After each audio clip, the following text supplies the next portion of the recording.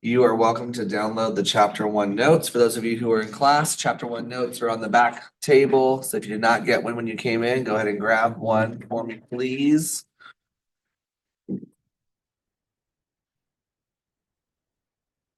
All right, so how about that quiz? Easy, hard, middle of the road? What do we think?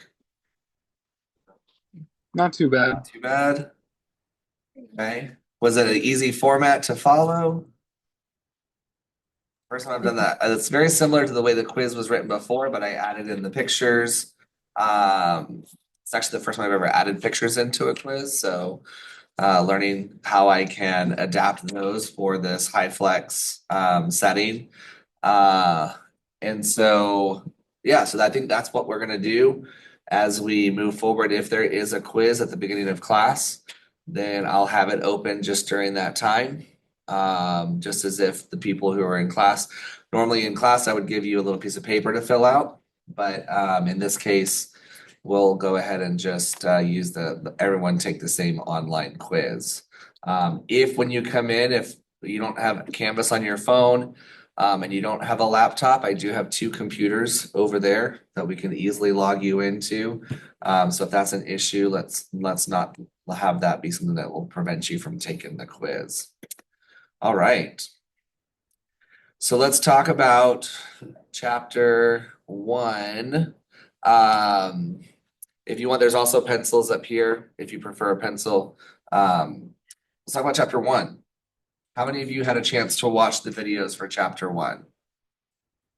How many of you did not have a chance to watch the videos for chapter one? Okay, so I encourage you to watch those videos before you come to class because then these concepts will be a little bit maybe make a little bit more sense. So you can still go back and watch those videos. They are in the modules. Let me show you one more time.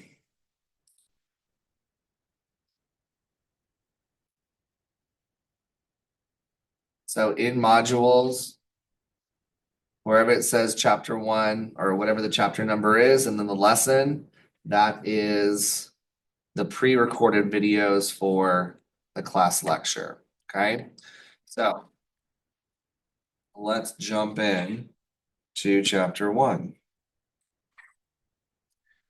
Who can tell me what the relationship between cost and profitability is?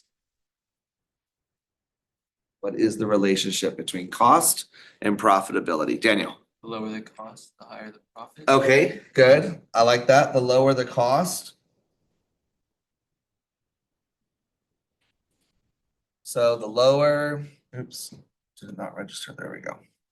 So the lower the cost, the higher the profit. Good.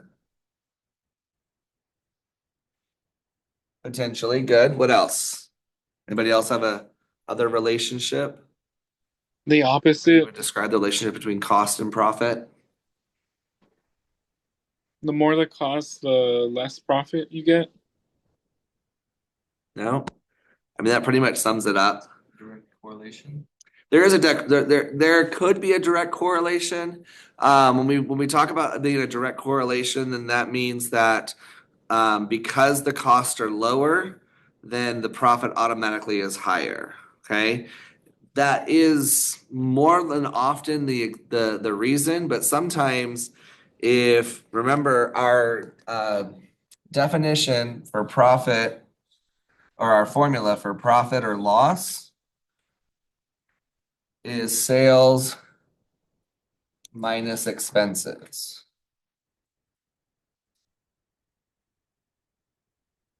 Okay, so our cost, sales minus our expenses. So if we keep our cost low and our sales are the same, then our profit is going to be higher. Okay, and we'll talk about in chapter two that we can't always guarantee what our sales are going to be or our expenses, but we can kind of have a general idea. But in the general sense of the concept is if we can keep our costs low, then our profit will go up. Now, you also want to think about it. We'll talk about, I believe, in chapter two or three, we'll talk about keeping our costs low, but we don't want to make them so low that we lose what? We don't want to keep our cost so low at the expense of suffering from having low quality, right? So let me put this out there. How many people are familiar with Fred's fish fry?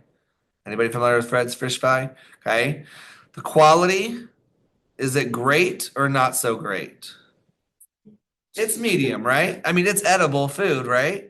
It's edible. It'll do for a pinch. It's also really inexpensive, right? I kind of think of it as those fish fillets that you got like in elementary school, right? For the lunch. Okay.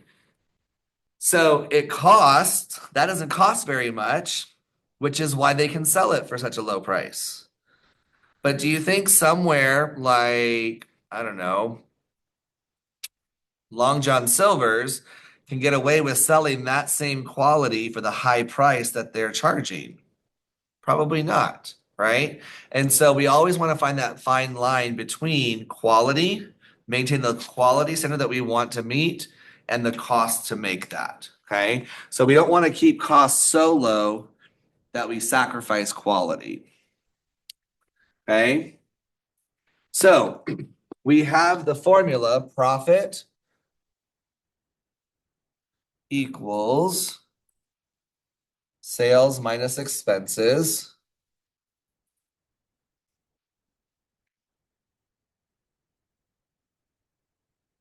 So sales minus expenses or revenue minus cost. Okay. So first of all, number two, do we have a profit or do we have a loss? Just by looking at it without doing any math.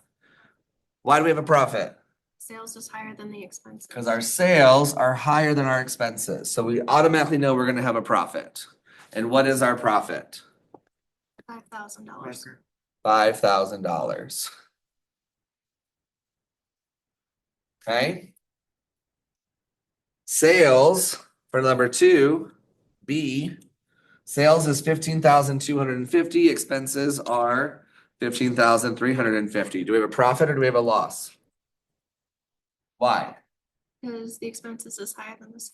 The expenses are more than what we brought in for sales, right? The sales, that's if we go to our cash register, we can see all the sales we brought in, all the money that we brought in during a shift or during a month or whatever period of time, right? This sales represents the actual money that we have in our pocket, okay? The expenses is what we spent in order to get all those sales. And so when we ever have a negative number, in this case, $100,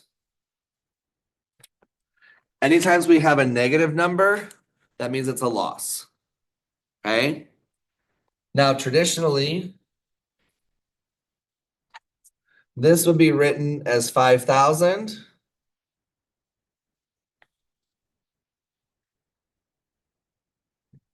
And this would be written as a parentheses in red means loss, means a negative number.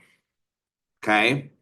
So when we're looking at a financial statement, which we'll look at more in chapter 2, the black means we're in the positive, and the red means we're in the negative with the parentheses around it. Okay. So number 3, we have a couple different types of costs that we'll go into in just a moment after this slide. Okay. But we have semi-variable,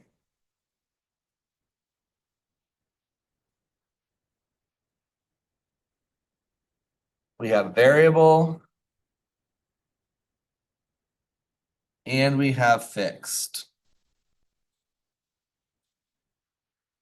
So which one of the graphs represents, let's look at fixed cost first. Which one of the graphs, A, B, or C, represents a fixed cost? Why C? Because our costs do not change. You see how it's just one straight line across the board? Doesn't matter how much of sales we have goes up and down, our cost stays the same, straight across the line. Okay? Now, what about variable? Variable is letter A. Why? It's showing the most. It's going along with how much we're going up in sales. Yeah, it goes right along with. So if we take a look at this, let me use a different color. See the length of this line? No matter where I draw this line straight down on the graph, this line is always the same. Okay, see how that works? So that means that the variable costs, they go in direct proportion to the sales. Okay? If I need to make more food because I'm selling more food for people, then what does that mean my costs have to do? My costs have to go up, right? Because I have to buy more ingredients in order to sell the food, to serve the food that I'm selling more of, right? If I'm not selling that much food, then I should keep my costs also down, okay? Now I'm talking about food costs. Let's also talk about labor. What do I mean when I say the word labor? What do you think, Zarina? When I say the word labor, what do you think about? Work, absolutely. Okay. And so when we look at labor, we have two different types of labor. We have wages and we have salaries. Who gets paid the salaries? Typically, like the executives. higher ups. The managers, right? So managers get paid a salary. And does it matter if we have one guest walk through the door, if we have 100 guests walk through the door? Is their pay going to fluctuate? No, right? So that is a what kind of cost? That's a fixed cost. Okay. Now, wages is what we pay by the hour. So wages are by the hour. And if we're really busy, then that means we have to have more people on staff to facilitate. But if we get really slow, let's say all of a sudden our lunch rush is over, are we going to keep everybody on the clock? No. Okay, so that same thing, that variable cost is going to go up and down in direct proportion to the volume of sales. Okay, and so then by default, our semi-variable is letter B. So semi-variable, take a look at that cost. See how it changes a little bit and goes down a little bit, but not in the exact same proportion. Semi-variable has both fixed and variable costs mixed in together. Okay, so let me give you an example. Labor is a semi-variable. Okay, wages are variable, and salary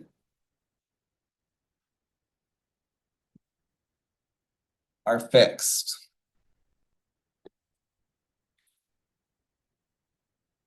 Wages and salaries together is labor. See how that works together? So wages are variable, salaries are fixed. But when you bring labor and salaries together, that's what we call labor. Sorry, wages and salary together, that's what we call labor. It encompasses both, and that's why labor is considered semi-variable. Questions about that? Yeah. It like straightens out because it's like evening out from one Yeah, another. it straightens out just a little bit, but see, it's still going down. So as this is going down, this is going down, but not at the exact same rate. Because we still have those components of the fix that's always going to be there. Plus, we also have the wages or food costs that's also going down.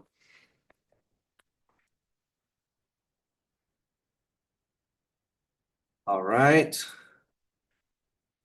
So then we also have two other types of costs, controllable and non-controllable. Okay. Which one do you think, Sebastian, which one do you think is non-controllable? The percentage. So we can control the percentage a little bit, but when we're talking about semi-variable, variable, semi-variable, variable, and fixed, which one of those three is not controllable?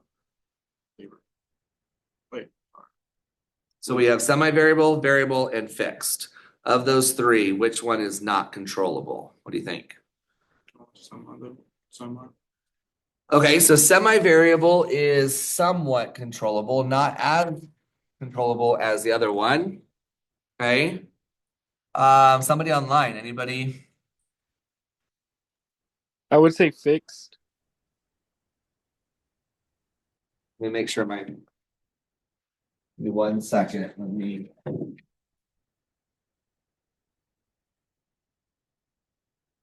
Sure that my speakers are working.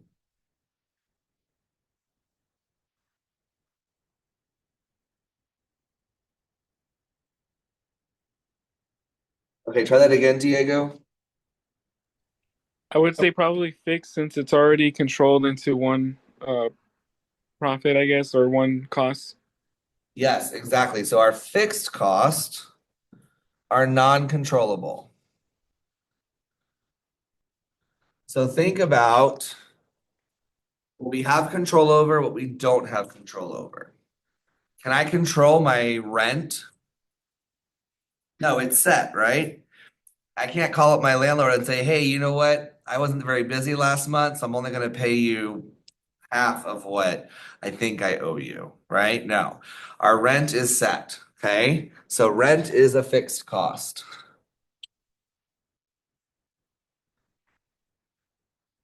Our salaries, we don't change the salaries either.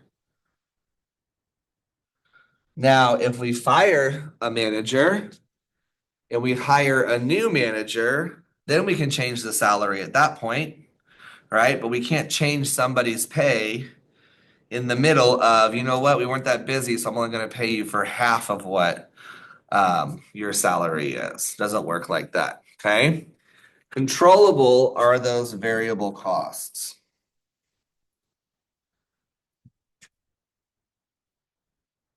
Those variable costs are food and beverage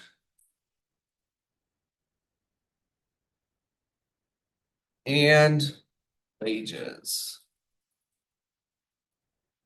Food and beverage and wages are some of our most controllable costs. We can control how much food and beverage we spend. We can also control the wages, how much we spend on wages. If we know that our business is busy, we're going to stock up, we're going to hire, we're going to have a lot of people. If we know that Monday nights is not a busy night for us, maybe we're only going to schedule the bare minimum of people in order to get through the evening. Does that mean every single Monday is going to be dead? No. What if we're really busy? Like Monday last week was a holiday. So what if all of a sudden we're really busy? Then you as a manager might have to jump in and help out to get through the rush a little bit. Okay. Or if you know that traditionally Monday, Martin Luther King Day is busy, then we can plan ahead. And that's called forecasting. We'll talk about in chapter 2. Okay. So variable is food and beverage and wages. It's our most controllable. Our prime cost. Prime cost includes food and beverages and labor. Oftentimes we put food and beverage together in the acronym F&B. So anytime you see that acronym F&B, that's basically a shortcut way of saying abbreviating food and beverage. Okay. So food and beverage and labor is our prime cost. Because why? They are the most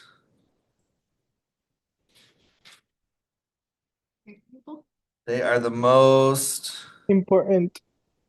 they are important, absolutely. They're most controllable, right? They're the prime cost because that's the one we have the most control over.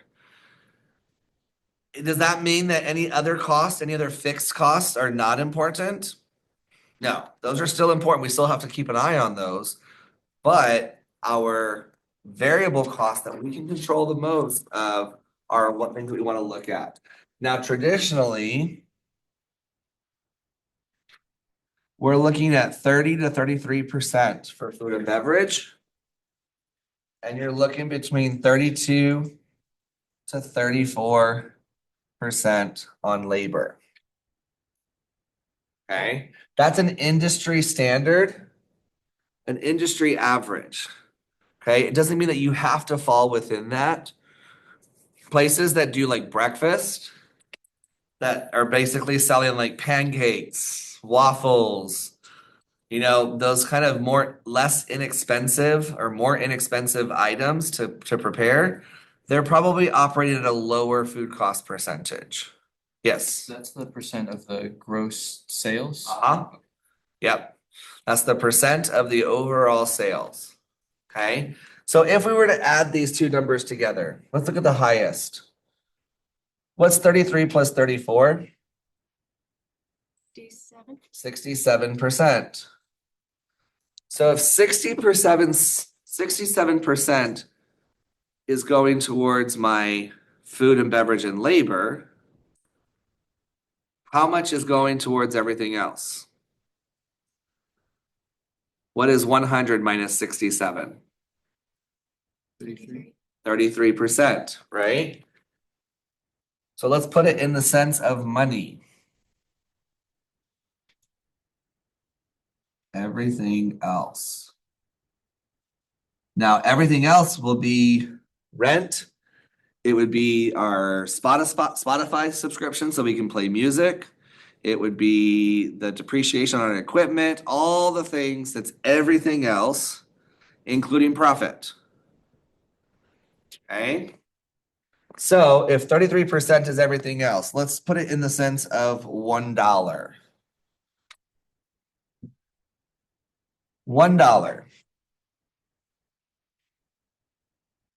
So 67 cents of every dollar that we bring in goes to food and beverage and labor. And that means 33 cents of every dollar goes to everything else. And profit is part of this everything else. Okay? You guys follow me so far? So if I can take my costs and I can bring them down by 2%, how many pennies is that? 2 pennies, right? So let's say I bring my cost instead of 33, let me bring it down. Oh, I thought that was eraser. Let's bring it down to 31.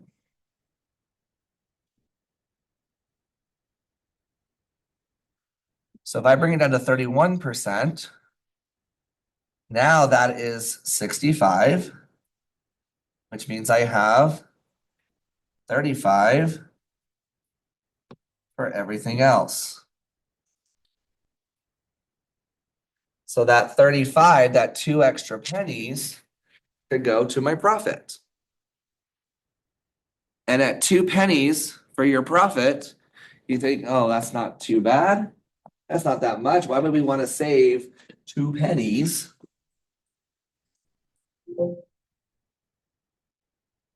If we come here to our calculator and let's say we do $1 million in sales for the year times 2 pennies, that's an extra $20,000.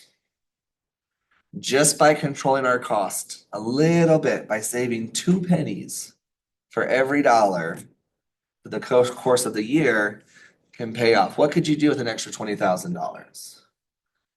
What do you think you would do if you were a restaurant owner? What would you do with an extra $20,000? New equipment. You might help you out. You might buy new equipment or update your equipment, which could potentially make things faster, which then means you could be more productive, which means then you can make even more money. Okay, what else? You might give promotions or raises, absolutely, to your employees. What else? Get more stock. What's that? Get more of the stuff that you're selling. Okay, cool. You may get some more stuff or maybe improve the quality a little bit. Good. What else? Yeah, you might use it for advertisement, which then can bring people in. So that means you increase your sales and then hopefully you make more money in the end. Or you're the owner. You put it right in your pocket. You can say, hey, this is $20,000. If you feel like you're already paying your people enough and they're happy, then yeah, maybe maybe I do 10,000 in my pocket and 10,000 to do something else towards the business, right? So there's lots of different things you can do with the extra 20 grand just by saving 2%. So as we're talking about throughout the rest of the semester, as we talk about food cost percentage, think about it from the perspective of if this is my food cost percentage at 35%, that means I'm spending way more money than I should.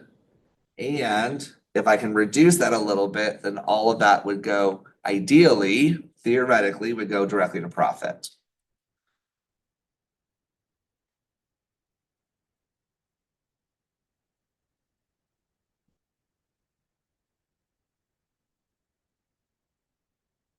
Okay, so here we go. Calculating our food cost percentage. Make sure check our notes page, make sure we're in good shape. Okay, so food cost percentage. It's the relationship of the cost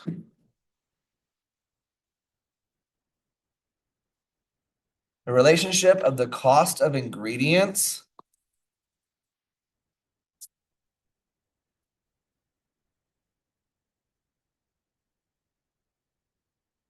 the cost of our ingredients to the menu selling price.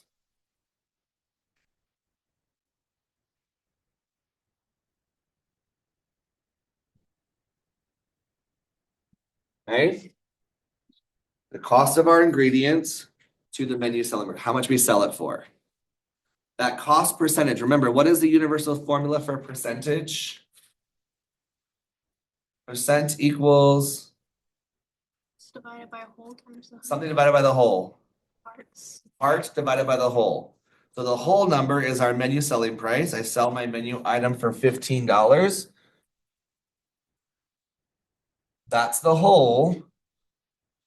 And then I divide it by the $2.50 that it cost me to make. So if I took this example right here, this is my cost, $2.50. And then this would be my menu selling price, the other remaining part of it. And so what we're looking for is what is this percentage here of the overall whole picture, okay?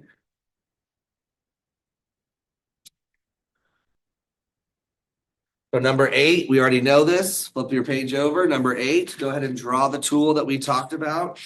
What I would, and then we're gonna write the equations in number 9, okay? So I'm gonna use half of my screen for the triangle. This is number 8 on your notes page. And then number 9, we'll do the different formulas.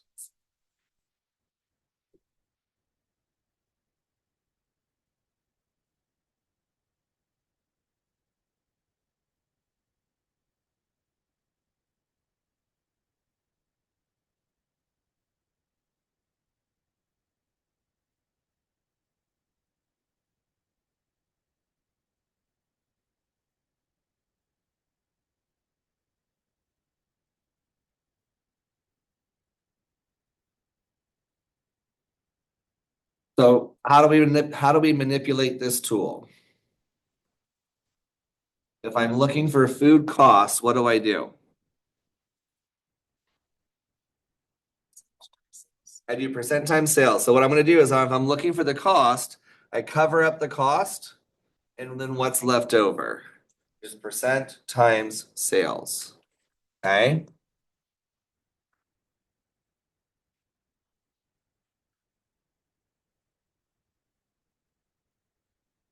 And then if I'm looking for my percentage, I cover that up. Whatever I'm looking for, I just cover it up. And what's remaining? Cost divided by sales.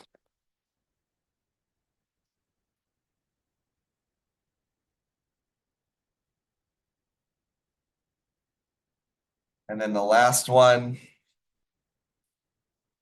if I'm looking for sales, I cover up the sales. What's left over is cost divided by the percentage. Okay. Now remember, don't forget,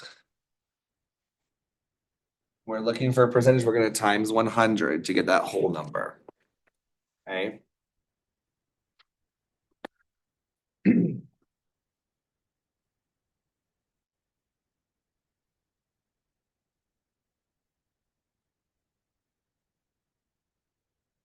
So number 9 is all of these formulas on your notes page. It's number 9 on your notes page. So I'll give you a moment to get caught up on the notes, and then we'll move on to chapter number 10 and 11. When you are done, just put your pencil down. Put the blank on the, oh, no, never mind. What's that? Blank. Okay, so to use the tool, you cover what you're looking for and fill in the remaining information.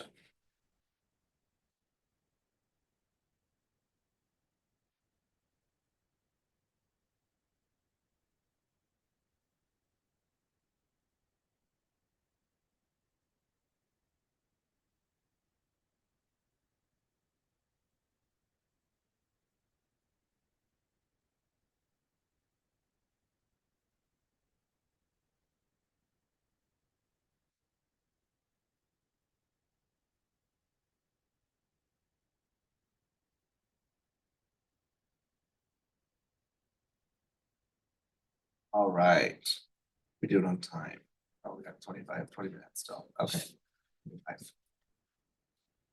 All right, so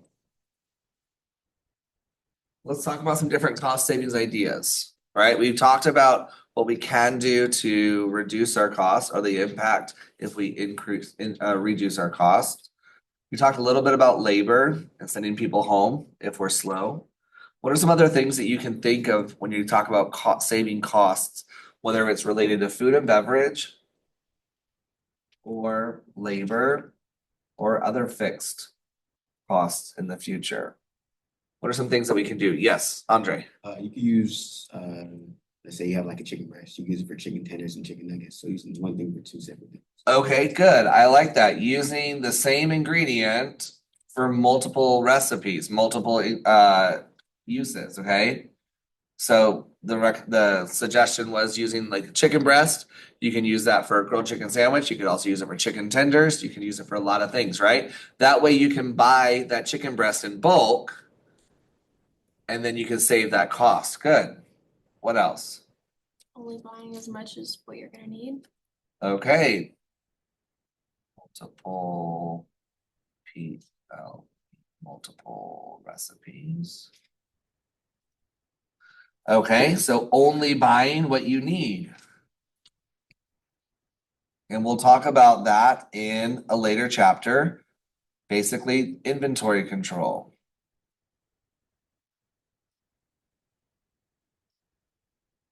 Okay. What else? You can substitute an item for something that's a bit cheaper. So Okay. if you have like very expensive flour, you can go down to a more cheaper flour, but it has the same quality. Like you can substitute regular flour for like corn flour, and corn flour tends to be cheaper. So I'm going to say appropriate substitutes. Okay. As long as what? As long as quality is maintained, right? Does it matter if we use red or green bell peppers in fajitas? No, probably not. Does it matter if you use Granny Smith apples instead of or if you is it okay to use red delicious apples instead of Granny Smith when you're making apple pies? No. Different water content, different textures, right? So there are some appropriate substitutes, But there are some also things where it's like, nope, I've gotta have this, right? So when I was up in Maine in the summertime, oftentimes there was like my food rep would come every day, every week on Tuesday, and he'd sit down with me. And if I had my menu made out, and let's say I was going to serve asparagus for my vegetable, but then he comes up and he was like, "Hey, David, we've got green beans on sale. Does it matter if I serve asparagus or green beans? No, I just want to serve a green vegetable. So if green beans are on sale, well, then I can go ahead and switch to that and lower my costs. Now you have that flexibility when you're in independent restaurants, okay? If you're in a corporate restaurant, you don't have that flexibility. They have all that stuff done where you're just placing your order. But that's where we go into inventory control, okay? And maintaining inventory. I'll give you an example of a time that I did not realize what I was doing was wrong, but then I later found out that it was, right? So let me give you this example. I was at the Sheraton Gunther Hotel and I discovered the wonderfulness of sugar-free Red Bull to get me through a shift, right? And so because the bartender and I had a good relationship, I would walk up and I was like, "Hey, I'm getting a glass of wine for my guests in the restaurant. Can I also get a sugar-free Red Bull for me?" And they're like, "Sure, why not?" Right? Well, a month goes by, and all of a sudden my manager's like, "Where is all of our sugar-free Red Bull going?" Right? And I didn't realize I was doing anything wrong. I was just like, "Oh, it's just kind of like the perk of working here. I can just get a sugar-free Red Bull every time I work." And that saves me what, like $5? And so my boss, we had like a conversation as like a whole shift, right? It wasn't just singling out. And it wasn't just me that was doing it. I got the idea from my coworker who did it as well. Right? So you've got multiple people, and how many times over the course of a month, multiple people drinking one sugar-free Red Bull, okay, sometimes two in a shift, don't judge, okay? That inventory goes away, right? Did we get money in for that inventory? Did we pay for that inventory? Yeah. We paid for those Red Bull, but I didn't have a sales transaction to counteract the money that I spent on it, right? So then our beverage cost goes way out of proportion. And then as soon as they told us, they were like, "Okay, yeah, we're not allowed to do that anymore." Right? And so we stopped doing it. But if you're not doing inventory control, if you're not checking that on a regular basis, you don't know where your inventory is going. We'll talk about that in a later chapter as well, as far as inventory control and monitoring. Okay. Well, else? Any other cost savings ideas that you can think of? Yes. And suppliers. Yeah, we might look at different suppliers. Yeah, absolutely. And then we want to make sure what our quality is maintained, right? But if another supplier can do it at a cheaper price, that can help save us some cost. Good. When most oftentimes with fast food restaurants, they want to go with the cheapest supplier, right? Whatever's going to be the cheapest, that's what fast food's going to be going with because they're selling their product. Well, although I say they sell their product at a lower price, I mean, you can't get out a Whataburger for like 15, $16 now. So it's not always that inexpensive. But fast food usually does that value. So now we're going to look at comparing our actual performance to our performance standards. Okay. Performance standards. What does that mean when I say performance standards? Any thoughts? Kind of like how you should be performing. Good. How we should be performing. Okay. This is also sometimes called our SOP, standard operating procedures. Okay. Standard operating procedures. Now, in the videos, I know some of y'all did not watch the videos, but in the videos, what cost saving ingredient did I talk about when we talked about SOPs? Can you remember?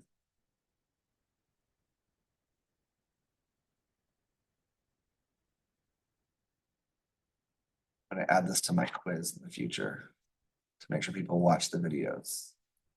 It's been a week. I know, it deals with a beverage.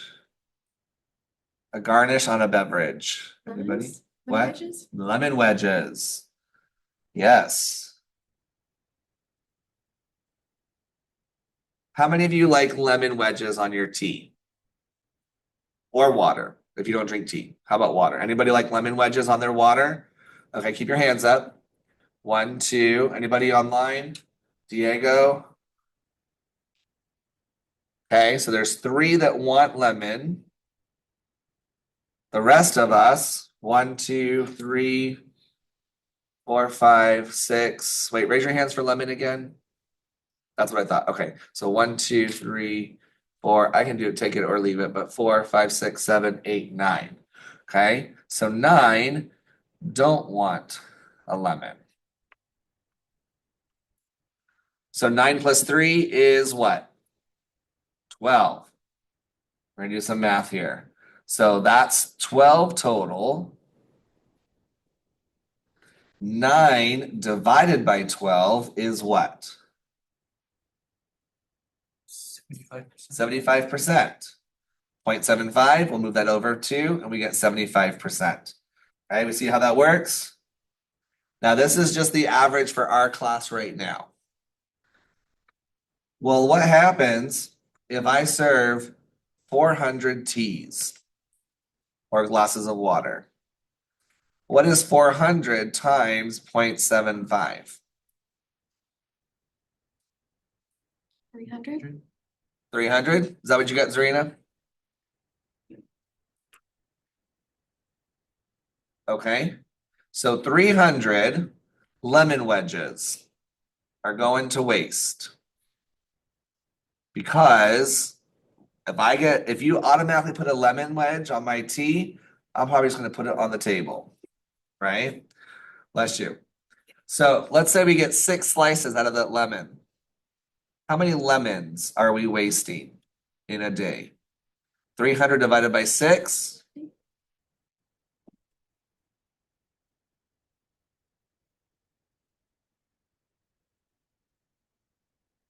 $50 lemons in a day. Now, not only are we wasting the product of 50 lemons, but how long does it take someone to slice the lemons? Right? Well, we're paying somebody to slice those lemons. That's labor. We're not going to worry about that right now.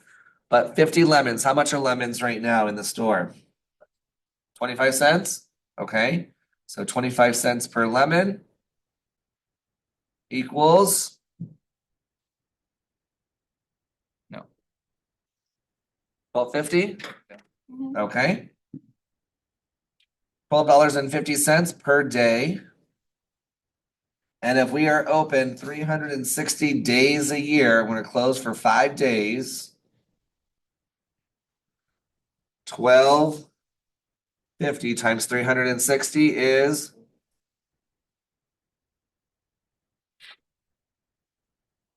$4,500 for lemon wedges. If we just stop and say, would you like a lemon wedge with your tea or water? That 3.5 seconds for me to ask, would you like a lemon wedge? They say yes or no. They say no, great. I don't have to put one on there. All right. So some students have asked in the past, well, how do we know how much lemons to cut? Right. So I know when I was at Chester's, we had lime wedges, limes or lemons, depending on whatever was cheaper. Okay. And I think it was 5 lemons or limes per little mini crock. Right? We didn't put the big giant ones out that we did like for the tomatoes and onions because we didn't use as many. So we had a little mini crock, and it was 5 lemons or lemons or limes per crock. And we had a par, we had a minimum that we had to have. So to start the day for lunch, we needed to have 4 crocks of lemons in the cooler, right? And so I come in the morning, there's already 2 there. My standard operating procedure says I have 2 already. I only need 4, so I'm only going to cut 10 lemons. and put them into those things, right?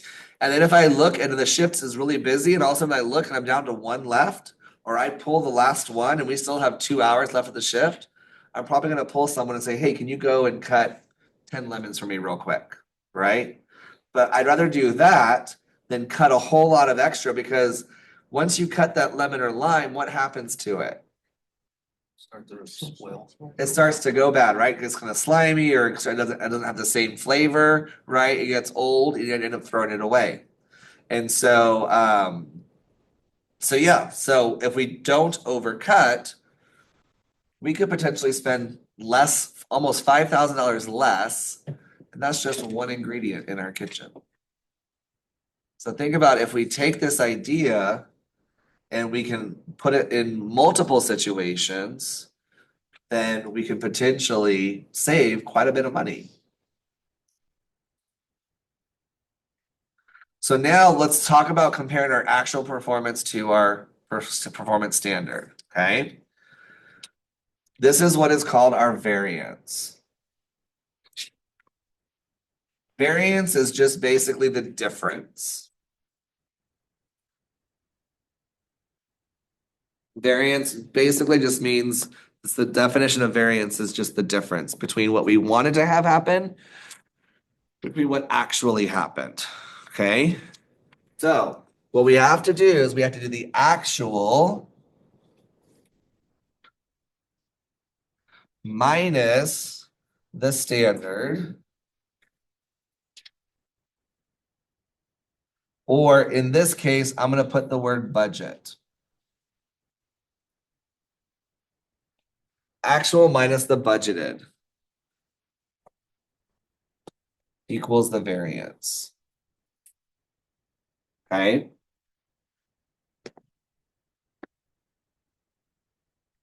So actual minus the budgeted is the variance.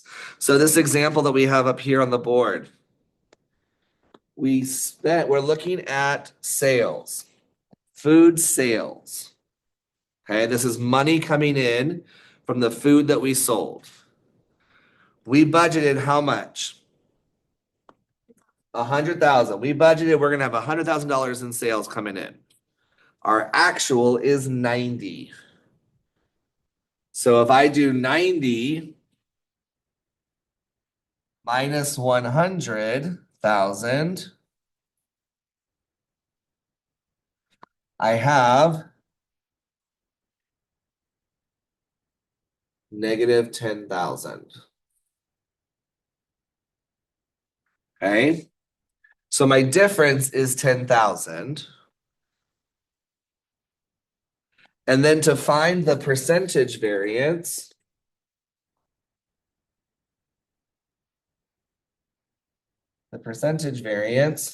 we take that difference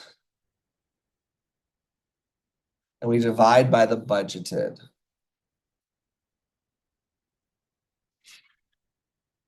So my difference is 10,000.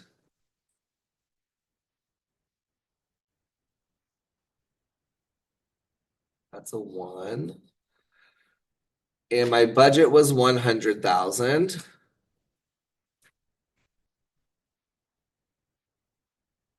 And so that means my difference is 10, and because it's a negative 10%. Okay? A negative 10% is my difference, is my variance. Is that a good or bad variance? Show me with your thumb. Thumbs up for good, thumbs down for bad, thumbs sideways for I'm not sure what you're asking me. It's good, it's bad, I'm not quite sure. Okay, I see a lot of thumbs down. The answer is it depends.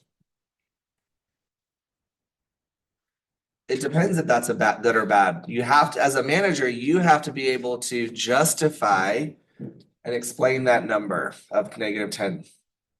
Okay, so let me give you an example.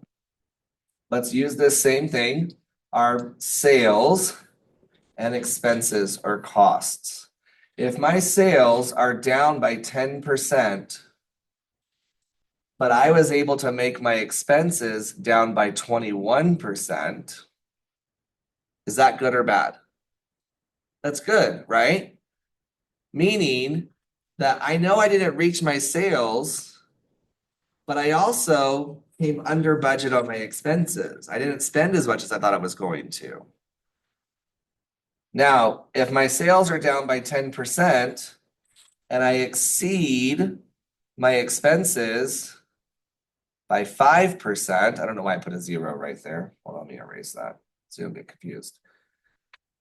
If I exceed my expenses, so I spent 5% more on my expenses, but my sales were down by 10%, is that good or bad? That is bad. Okay. Let's do a couple more. If my sales, there we go. Okay. If my sales, I exceed my sales by 12%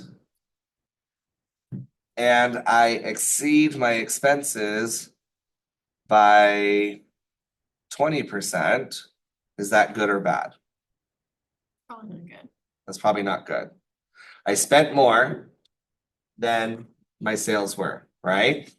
Now, if I exceed my sales by 22% and my expenses only exceed by 10%, that's good. Meaning I exceeded my sales significantly, but my expenses went up and it's okay, right? I always tell students that it's okay if your expenses go up if also your sales went up. Because your expenses have to go up. It only makes sense that your expenses go up if you exceeded on your sales, which means I brought in more money, which means I needed to spend more money to make that extra. Okay.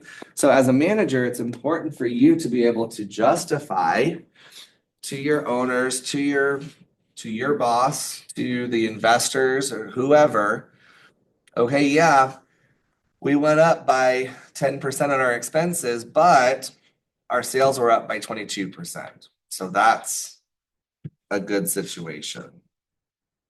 Okay. So let's do this example right here. Our actual sales were 275,000. Our budgeted was 250. So remember, actual minus budgeted equals the variance or the difference. Okay. Actual minus the budgeted is equal to the difference. So what is our difference here? 25,000. And then to get our percentage, the variance percentage, we want to do the difference divided by the budgeted. So 25,000 divided by 250,000 is 0.1 or 10%. So 0.1 first, we multiply by 100, that decimal place over 2, and we've got 10%. So our variance in this case is 10% is a positive over. Okay. Covers. What is a cover?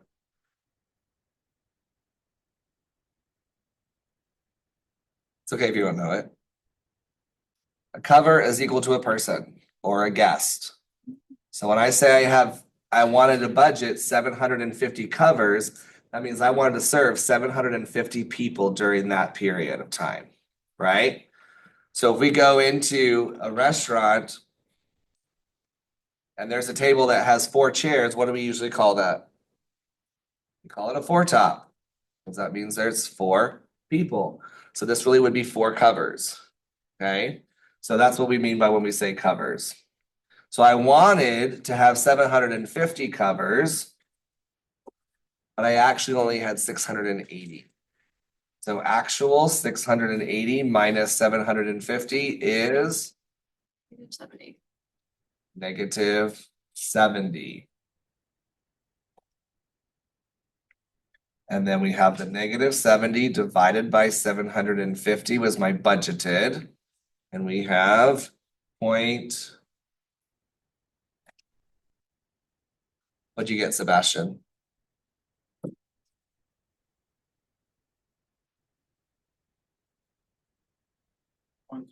0.0.093333.